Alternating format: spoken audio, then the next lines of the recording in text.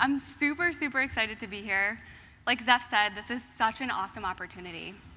In fact, I wrote the pitch for this talk on day 2 last year, but I'll get to the story of that in a second. First, I want to cover what the goal of this talk is. Like Zeph said, it's about recruiting.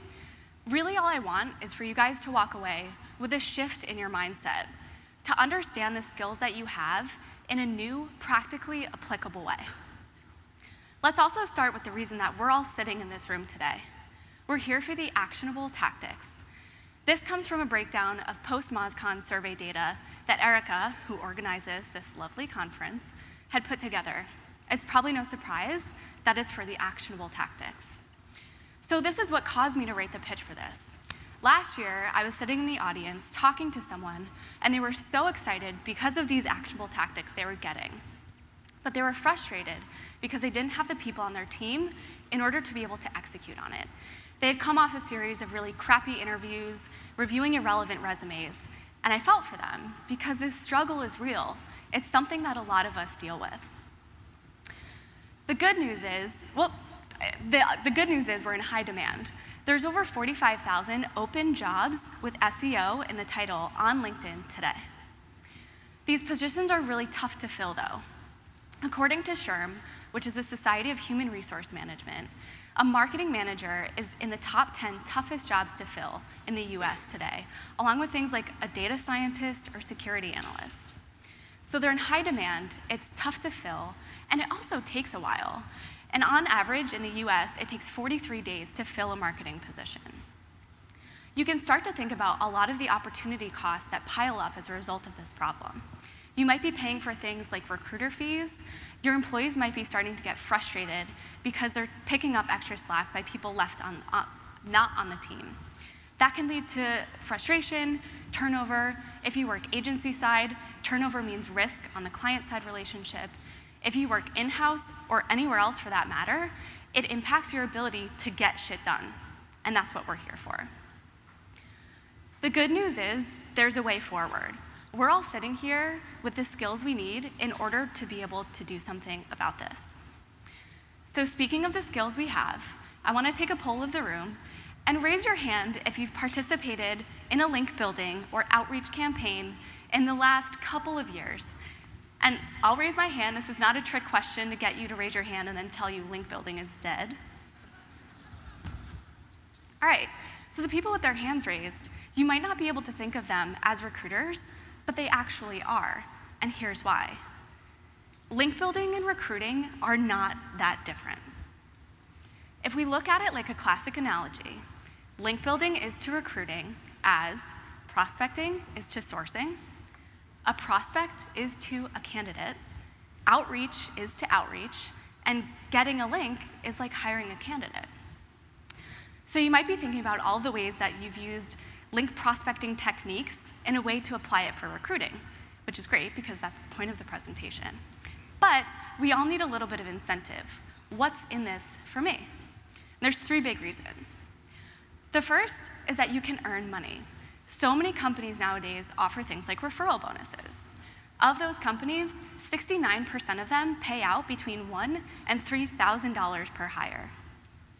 It's something that'll probably pay off for you too, because referral candidates are 3 to 4 times more likely to be hired than non-referral candidates.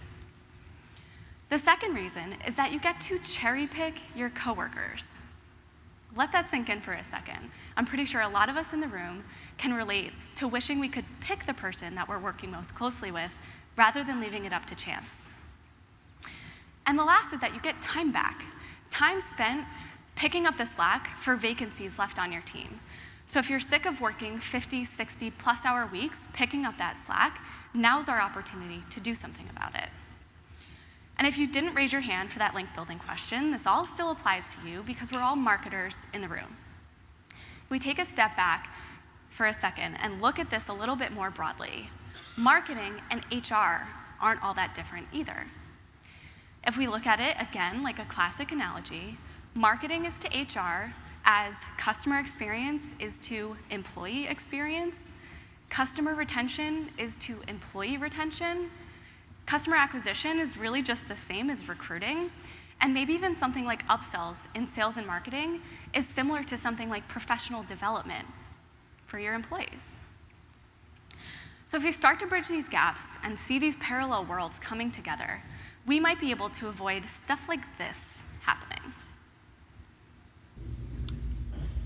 Hi, this message is for Linny Levine. This is from just trying to touch base with you. It looks like you do recruiting, and we actually work with software IT-based type companies to develop B2B sales development programs.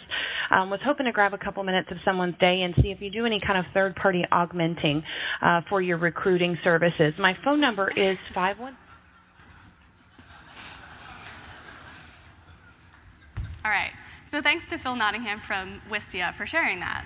And we're all laughing, but it's not meant to be a knock on recruiters at all. If anything, we've seen what a tough job they have. Studies have shown that recruiters and HR professionals, 73% of them, have been investing in different means for their social recruiting. So just like we're here trying to learn new skills, HR and recruiting professionals are no different. The unfortunate part is that only 18% of this group consider themselves experts when it comes to things like social recruiting. So let's get into all the ways that we can help. For me, this all started to come together when we got a prompt from our HR team, and this is Lauren from our HR team.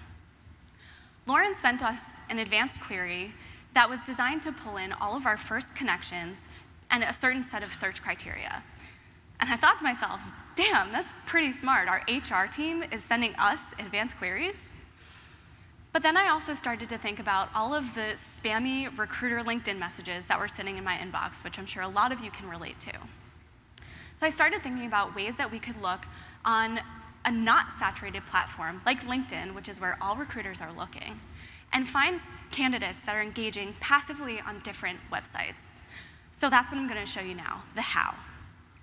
So this is going to be broken down by 4 common search criteria that we tend to look for when we're recruiting candidates. First and foremost are those hard skills, the non-negotiables, the things you need to do in order to be able to do your job well. So we'll stick with this theme of advanced queries. It's something a lot of us in the room are probably familiar with. And if you think about a site search, you query a certain domain and add a series of qualifiers based on what you're trying to find. So if I were to do a site search to find a candidate, the first thing that comes to mind is Moz. So we can use a site search advanced query to look at Moz's community base.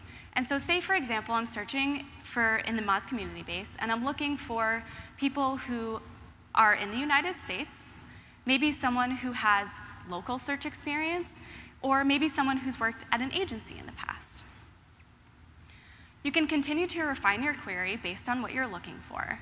And Moz isn't the only website you can look at. You could look at something like an industry publication, a forum, or a niche website. And this also isn't just for SEO professionals. Say, for example, I was looking to hire a coder or a developer. I could query a website like Stack Overflow or GitHub to find the candidates I need based on certain criteria. Another common thing we tend to look for when we're sourcing talent is trustworthiness, those warm connections, those referrals. So what skills do we have in order to be able to find for those? We can do something like a social analysis. And the tools I'm going to share with you, you don't necessarily have to use these ones. There's a lot that'll give you similar results. But this example is from Clear, and you can use the Talk With report. The Talk With report is very simple. All it does is give you a list of the people that you've talked with most frequently. So this is my Talk With report. And on first thought, when I'm engaging with these people on a day-to-day basis, may not be, can I hire them? But after reviewing the report, I might be able to look at someone like Ryan as a potential candidate, or maybe Mike could refer me to someone that he knows. Keep following down that path based on the people that you interact with frequently. You may be asking yourself, well, what if I'm not active? I don't talk with a lot of people on Twitter very often, and that's okay. This is still applicable. You could simply just use a different profile. You could use someone like a former colleague. You could use your company's profile. If your company is new or not active, you could use a competitor's profile, maybe someone who's too qualified for the position, or someone who's just not interested at this time.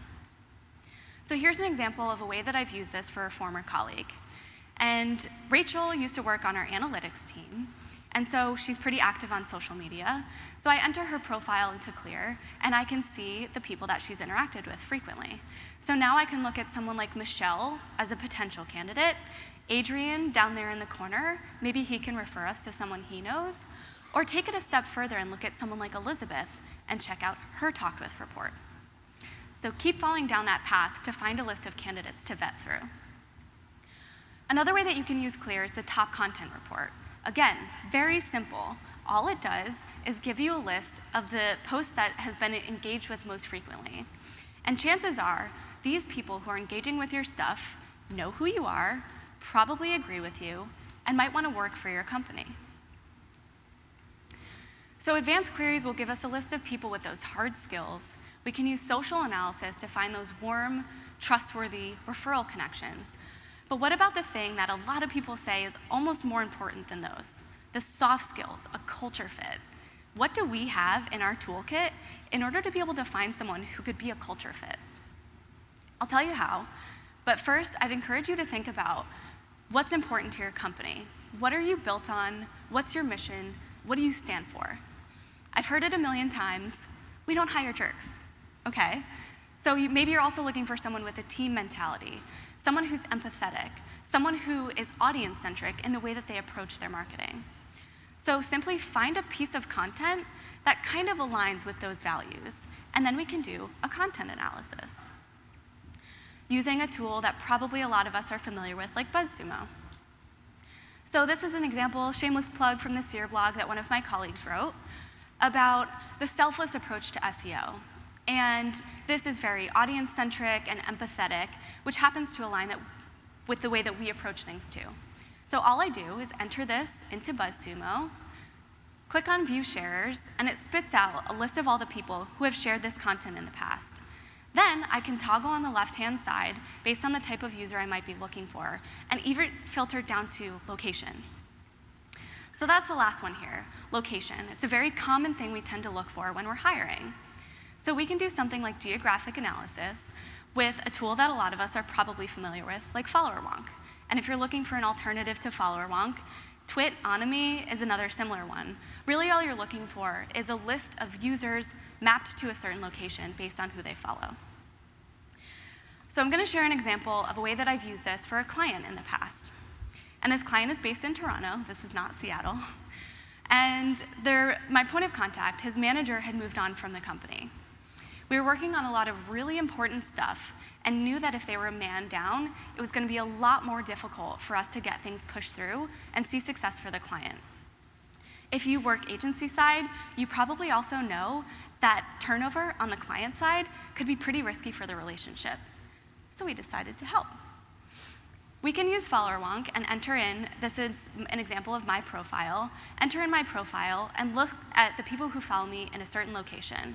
And there I have 7 people who follow me in Toronto that I can probably reach out to, see if they're interested, or see if they can refer us to someone who is. If you're not active, that's okay. You can simply just use another profile.